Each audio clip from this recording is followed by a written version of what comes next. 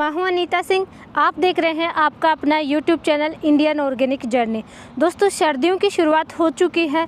सर्दियों के समय में मिर्च और टमाटर में पैदावार बहुत ज़्यादा कम हो जाती है, क्योंकि सर्दियों के समय में बहुत बड़ा नुकसान होता है। एक तो कैटाइन एक्सचेंज नहीं हो पाता है, जिसकी वजह से पौधे न्यूट्रिशन का अपटेक नहीं कर पाते हैं। ठंड में दोस्तों फर्टिलाइजर सॉल्युबिलिटी भी बहुत कम हो जाती है, जिसकी वजह से न्यूट्रिशन अपटेक फसलों में नहीं हो पाते हैं।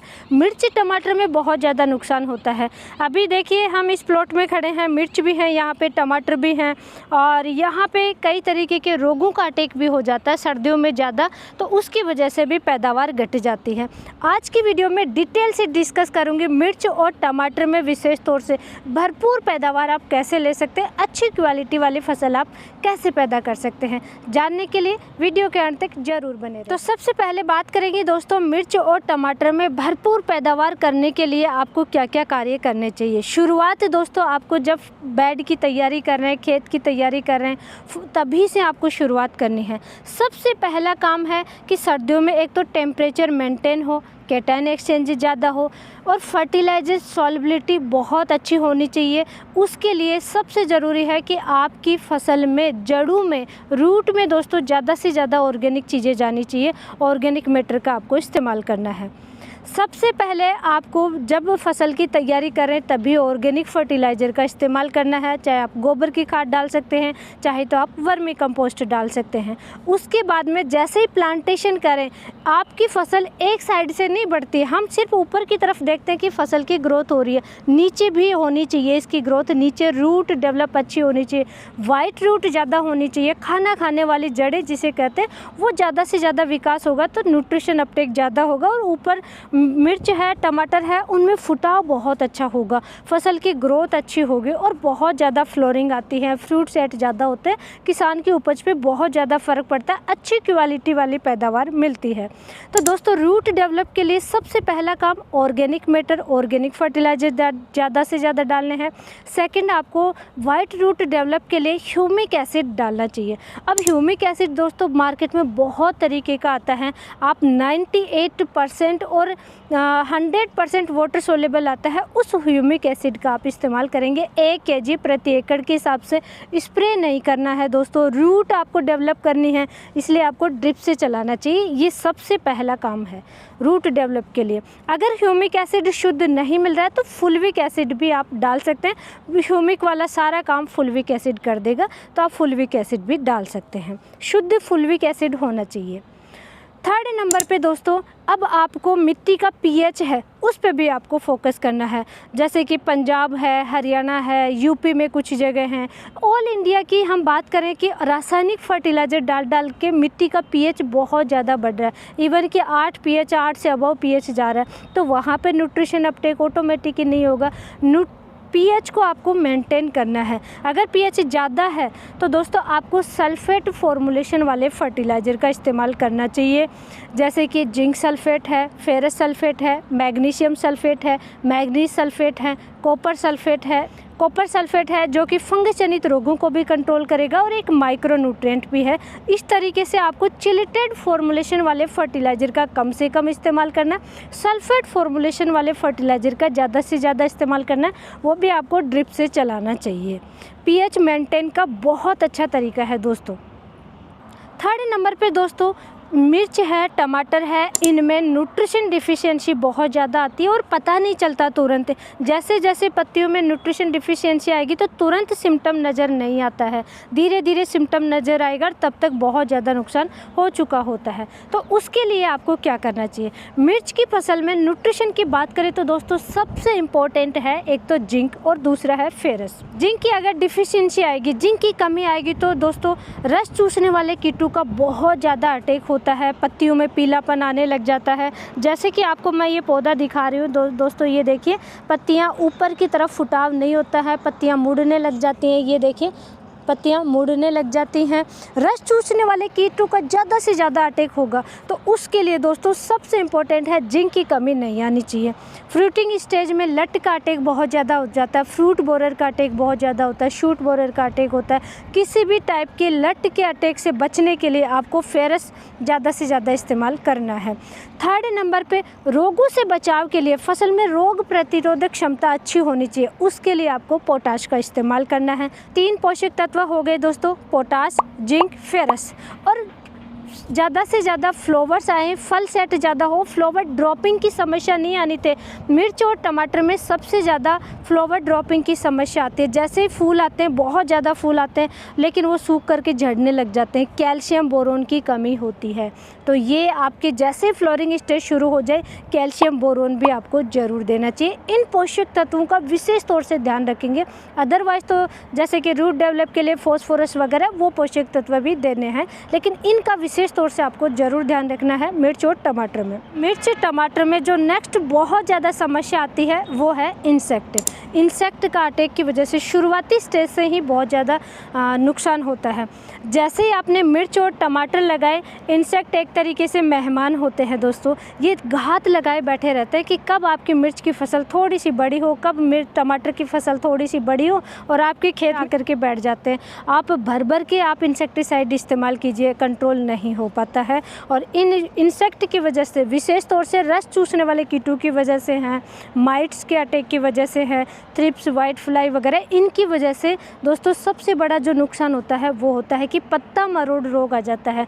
लीफ कर्ल वायरस का अटैक बहुत ज़्यादा होता है, येलो मोजेक वायरस है, कई तरीके के वायरस का अटैक हो जाए और वहाँ पे किसान भाई को नुकसान होता है कि पत्तियाँ मुड़ने की वजह से ग्रोथ नहीं हो पाती है, ज़्यादा फुटाव नहीं होगा, फ्लावर्स नहीं आएंगे, फल नहीं लगेंगे। फ्लावर्स अगर लग भी गए तो फ्रूट सेट है वो प्रॉपर तरीके से नहीं आएंगे और फल टेढ़े मेढ़े हो जाएंगे।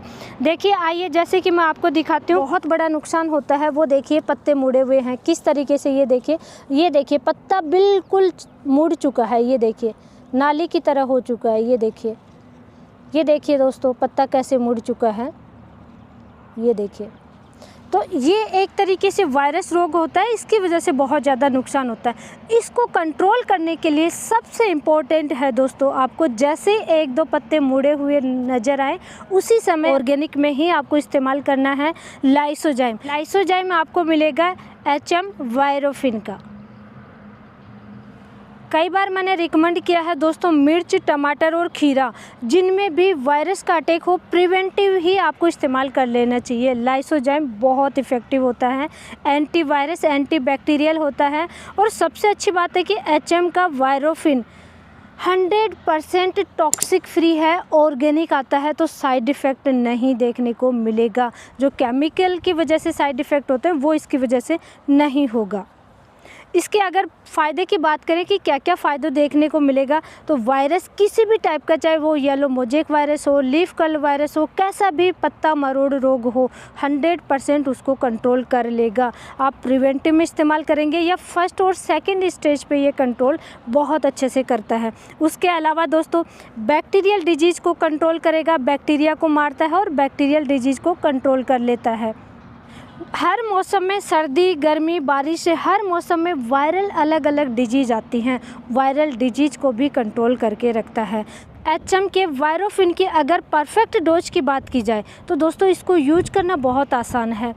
100 ml की बोतल आती है जो कि 80 लीटर पानी में मिक्स करके आपको स्प्रे करना चाहिए। 1 एकड़ में ये 2 बोतल लगेंगी जो कि 160 लीटर पानी में दोनों बोतल को मिक्स करके 1 एकड़ में आपको स्प्रे करना चाहिए। लेकिन दोस्तों इसका पूरा रिजल्ट मिले उसके लिए इसके साथ में एक तो आपको इस्तेमाल करना है सिलिकॉन चिपको। कोई भी जो चिपको आते हैं, स्प्रेडर आते हैं, उनका इस्तेमाल करना चाहिए। 1 ml प्रति 5 लीटर पानी में मिक्स करके आपको स्प्रे करना है। और जैसा कि मैंने आपको शुरू में डिस्कस किया, इंसेक्ट को कंट्रोल करने के लिए आपको माइक्रो न्यूट्रिएंट अपनी फसल में ज़रूर डालने हैं। तो इसके साथ में सबसे अच्छी बात है कि मिक्स माइक्रो न्यूट्रिएंट आप इस्तेमाल कर सकते हैं जिसमें जिंक और फेरस ज़रूर होना चाहिए। चिलिटेड फॉर्म वाले मिक्स माइक्रो न्यूट्रिएंट का आपको स्प्रे करना पड़ेगा दोस्तों ताकि फास्ट रिजल्ट मिले। और चिलिटेड फॉर्मुलेशन में जो भी आते हैं उनकी साथ साथ में इसका कोई रिएक्शन नहीं होता है, कॉम्बिनेशन है, तो चिलेटेड फॉर्म वाले मिक्स माइक्रोन्यूट्रेंट मिक्स करके आप स्प्रे कर सकते हैं। किसी भी कंपनी का मिक्स माइक्रोन्यूट्रेंट ले सकते हैं। वैसे परफेक्ट डोज होती है 1 ग्राम पर लीटर पानी के हिसाब से घोल तैयार करके स्प्रे करना होता है, जो हम यूज करें इनकी। अगर आप किसी अन्य कंपनी का मिक्स माइक्रोन्यूट्रेंट ले रहे हैं तो उस पर मेंशन होता है, लिखा हुआ होता है, उसी अनुसार आप डोज लें। तो दोस्तों HM वायरोफिन जिसमें कि लाइसोजाइम आता है, इसका कॉम्बिनेशन है, इसके साथ में सिलिकॉन चिप को आपको मिलाना है और चिलेटेड फॉर्म में मिक्स माइक्रोन्यूट्रेंट का इस्तेमाल करना है। स्प्रे करने के कम से कम 7 दिन आप वेट ज़रूर करें। 7 दिन बाद में बहुत अच्छा रिजल्ट देखने को मिलता है। अगर आपकी फसल जैसे ही 20 दिन की हो जाए, उसके बाद में हर 30 दिन के गैप से आप प्रिवेंटिव स्प्रे करेंगे तो आपकी फसल में पत्ता मरोड़ रोग का अटैक देखने को नहीं मिलेगा। लेकिन अगर अटैक हो चुका है, जैसे कि ये पहली स्टेज है जहाँ पे इस प्लॉट में हम खड़े हैं, तो इसका इस्तेमाल करेंगे तो आपको तुरंत रिजल्ट देखने को मिल जाएगा और पूरी तरीके से फसल, नई जो पत्ती आएंगी वो स्वस्थ आएंगी। अगर अटैक ज़्यादा है तो दोस्तों 7 दिन की गैप से 10 दिन की गैप से आपको 2 स्प्रे करने चाहिए। अटैक अगर कम है, पहली स्टेज है या प्रिवेंटिव कर रहे हैं, तो 15 से 20 दिन के गैप से आपको स्प्रे करना चाहिए। अटैक बिल्कुल भी नहीं है, अभी आपने प्लांटेशन किया है तो 20 दिन के बाद से इसका स्प्रे शुरुआत करनी है और पूरी क्रॉप में एंड तक वायरस से बचाने के लिए दोस्तों हर 30 दिन के गैप से 1 स्प्रे आप करते जाइए। इसी तरीके से आपकी फसल में किसी भी टाइप के बैक्टीरियल, वायरस या वायरल डिजीज़ का अटैक देखने को नहीं मिलेगा। HM के वायरोफिन को दोस्तों आप मंगवा सकते हैं, ऑनलाइन ऑर्डर कर सकते हैं।